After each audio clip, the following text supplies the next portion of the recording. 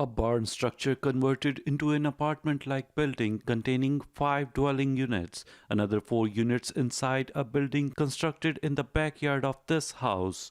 The 2 properties are the latest in a series of homes the City of Surrey is acting against for building unpermitted structures. It's about enforcing safety in our communities for homeowners, for the visitors to that property, the neighbors, to ensure that the minimum building code is adhered to. On Monday, City Council voted to file a notice of unpermitted construction on title of the 2 properties.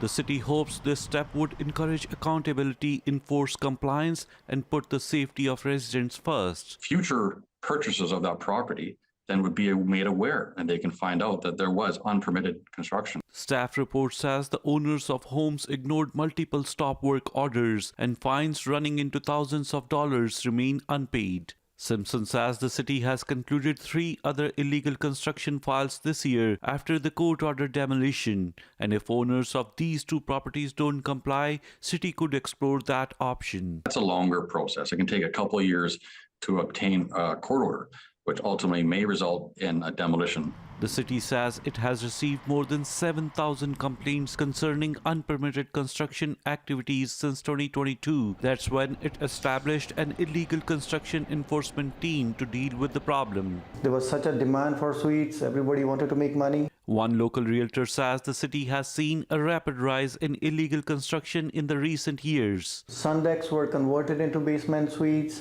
and even the area under the sun deck, they were converted into basement suites. Kangura says unpermitted construction can be a major safety hazard, and any buyer looking to buy a home should do their homework, as transfer of home ownership also brings in the liability. They invest all their savings into a house, and afterwards one desk finds it out that the house is illegally made. The city says since April 2022, it has issued almost 2,500 stop work orders.